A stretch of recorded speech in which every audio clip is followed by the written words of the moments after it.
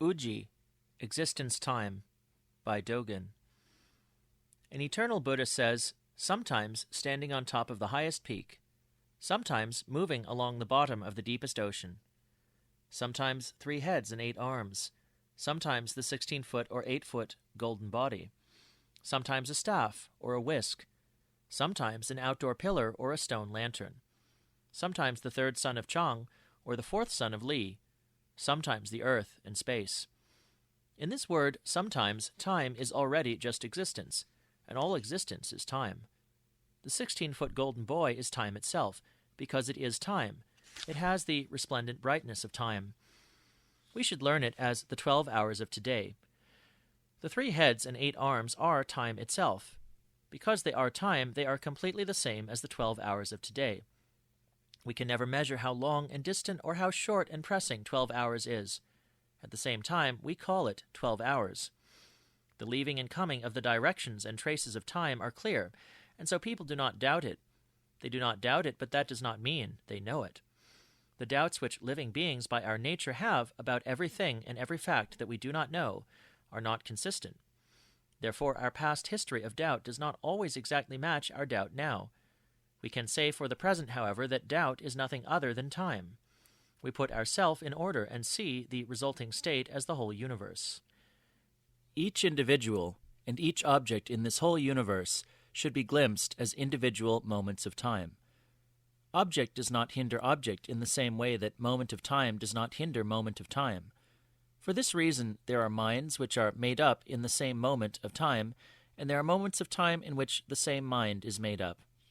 Practice and realization of the truth are also like this. Putting the self in order, we see what it is. The truth that self is time is like this. We should learn in practice that, because of this truth, the whole earth includes myriad phenomena and hundreds of things, and each phenomenon in each thing exists in the whole earth. Such toing and froing is a first step on the way of practice. When we arrive in the field of the ineffable, there is just one concrete thing and one concrete phenomenon, here and now, beyond understanding of phenomena and non-understanding of phenomena, and beyond understanding of things and non-understanding of things. Because real existence is only this exact moment, all moments of existence time are the whole of time, and all existent things and all existent phenomena are time. The whole of existence, the whole universe, exists in individual moments of time. Let us pause to reflect whether or not any of the whole of existence or any of the whole universe has leaked away from the present moment of time. Yet in the time of the common man who does not learn the Buddha Dharma, there are views and opinions. When he hears the words existence time, he thinks, sometimes I became an angry demon with 3 heads and 8 arms, and sometimes I became the 16-foot or 8-foot golden body of Buddha. For example, it was like crossing a river or crossing a mountain. The mountain and river may still exist, but now that I have crossed them and am living in a jeweled palace with crimson towers, the mountain and the river are as distant from me as heaven is from the earth. But true reasoning is not limited to this one line of thought. That is to say, when I was climbing a mountain or crossing a river, I was there in that time. There must have been time in me, and I actually exist now, so time could not have departed. If time does not have the form of leaving and coming, the time of climbing a mountain is the present as existence time. If time does retain the form of leaving and coming, I have this present moment of existence time, which is just existence time itself. How could that time of climbing the mountain and crossing the river fail to swallow and fail to vomit this time now in the jeweled palace with crimson towers? The 3 heads and 8 arms were time yesterday. The 16-foot or 8-foot golden body is time today. Even so, this Buddhist principle of yesterday and today is just about moments in which we go directly into the mountains and look out across 1,000 or 10,000 peaks. It is not about what has passed. The 3 heads and 8 arms pass instantly as my existence time. Though they seem to be in the distance, they are moments of the present. The 16-foot or 8-foot golden body also passes instantly as my existence time. Though it seems to be yonder, it is moments of the present. This being so, pine trees are time, and bamboos are time. We should not understand only that time flies. We should not learn that flying is the only ability of time. If we just left time to fly away, some gaps in it might appear. Those who fail to experience and to hear the truth of existence time do so, because they understand time only as having passed. To grasp the pivot and express it, all that exists throughout the whole universe is lined up in a series and at the same time is individual moments of time. Because time is existence time, it is my existence time. Existence time has the virtue of passing in a series of moments. That is to say, from today, it passes through a series of moments to tomorrow. From today, it passes through a series of moments to yesterday. From yesterday, it passes through a series of moments to today. From today, it passes through a series of moments to today. And from tomorrow, it passes through a series of moments to tomorrow. Because passage through separate moments is a virtue of time, moments of the past and present are neither piled up one on top of another, nor lined up in a row. And for the same reason, Seigen is time, Obaku is time, and Koze and Sekito are time. Because subject and object already is time, practice and experience is moments of time. Going into the mud and going into the water, similarly, are time. The view of the common man today and the causes and conditions of that view are what the common man experiences, but are not the common man's reality. It is just that reality, for the present, has made a common man into its causes and conditions. Because he understands this time and this existence to be other than reality itself, he deems that the 16-foot golden body is beyond me. Attempts to evade the issue by thinking, I am never the 16-foot golden body, are also flashes of existence time. They are glimpses of it by a person who has yet to realize it in experience and to rely upon it.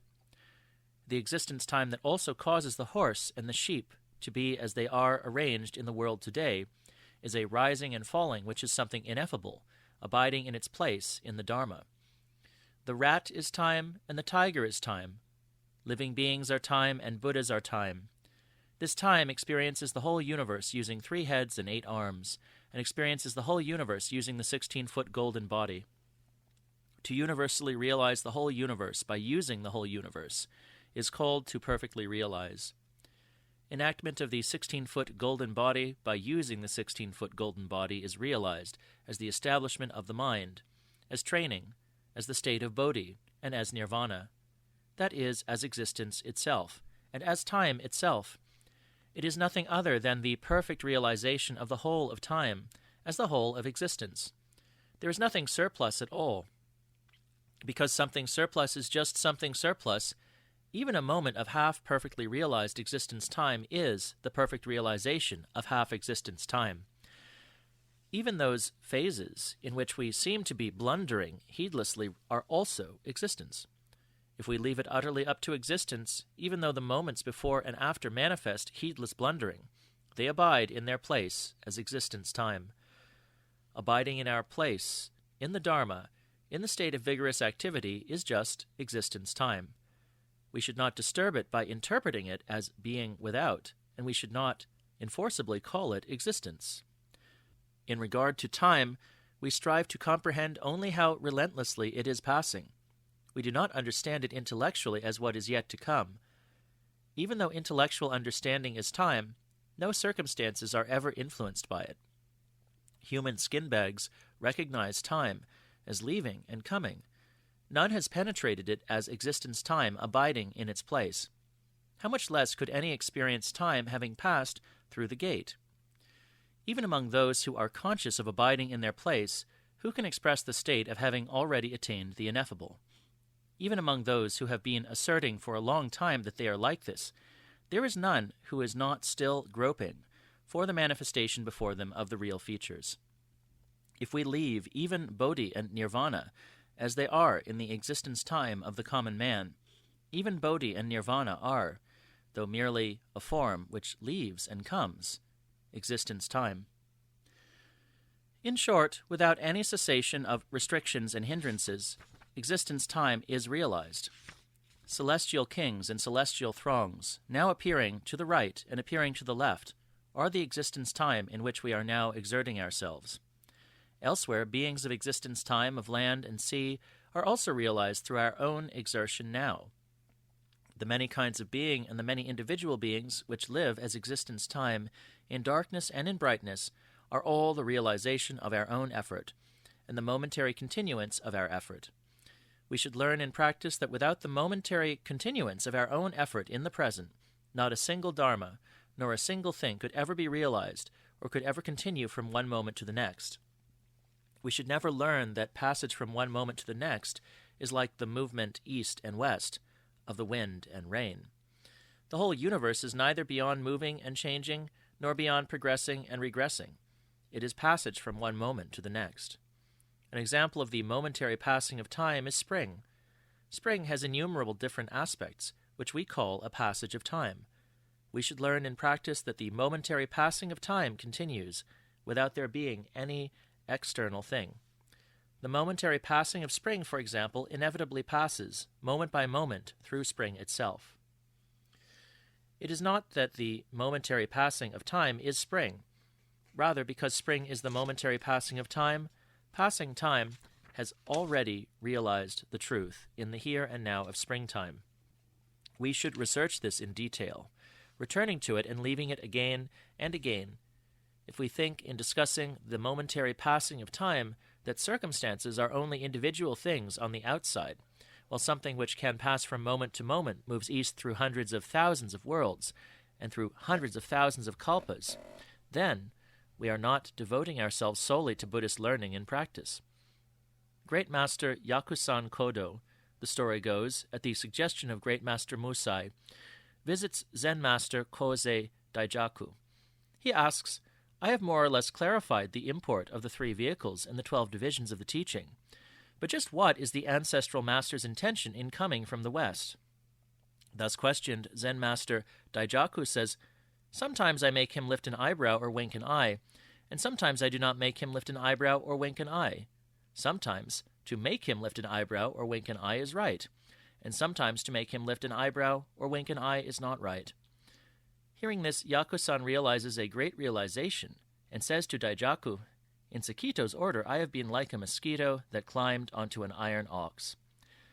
What Daijaku says is not the same as what others can say. His eyebrows and eyes may be the mountains and the seas, because the mountains and the seas are his eyebrows and eyes. In his making himself lift an eyebrow, he may be looking at the mountains, and in his making himself wink, he may be presiding over the seas. Being right has become familiar to him, and he has been led by the teaching. Neither is not being right the same as not making himself act, nor is not making himself act the same as not being right. All these situations are existence time. The mountains are time, and the seas are time. Without time, the mountains and the seas could not exist. We should not deny that time exists in the mountains and the seas here and now. If time decays, the mountains and the seas decay. If time is not subject to decay, the mountains and the seas are not subject to decay. In accordance with this truth, the bright star appears, the Tathagata appears, the eye appears, and picking up a flower appears. And this is just time. Without time, it would not be like this. Zen Master Kisho of the Shoken region is a Dharma descendant of Rinzai and the rightful successor of Shuzan. On one occasion, he preaches to the assembly, "Sometimes the will is present, but the words are absent. Sometimes the words are present, but the will is absent. Sometimes the will and the words are both present. Sometimes the will and the words are both absent. The will and the words are both existence time. Presence and absence are both existence time.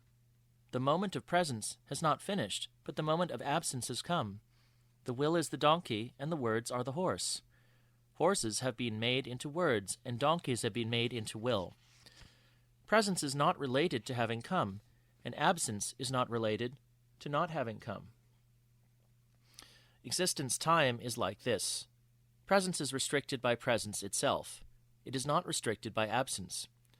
Absence is restricted by absence itself. It is not restricted by presence. The will hinders the will and meets the will. Words hinder words and meet words. Restriction hinders restriction and meets restriction. Restriction restricts restriction. This is time. Restriction is utilized by objective dharmas but restriction that restricts objective dharmas has never occurred. I meet with a human being meets with a human being, I meet with myself, and manifestation meets with manifestation. Without time, these facts could not be like this. Furthermore, the will is the time of the realized universe. The words are the time of the pivot, which is the ascendant state. Presence is the time of laying bare the substance, and absence is the time of sticking to this and parting from this. We should draw distinctions and should enact existence time, like this. Though venerable patriarchs hitherto have each spoken as they have, how could there be nothing further to say?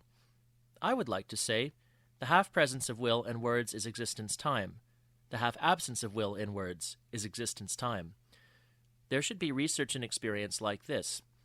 Making oneself lift an eyebrow or wink an eye is half existence time. Making oneself lift an eyebrow or wink an eye is mixed up existence time. Not making oneself lift an eyebrow or wink an eye is half existence time. Not making oneself lift an eyebrow or wink an eye is mixed up existence time.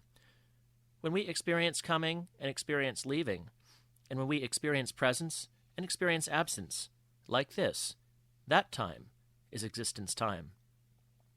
Shobogenzo Uji, written at Kosho Horenji Temple on the first day of winter in the first year of Ninji. Copied during the summer retreat in the first year of Kangen, Eijo.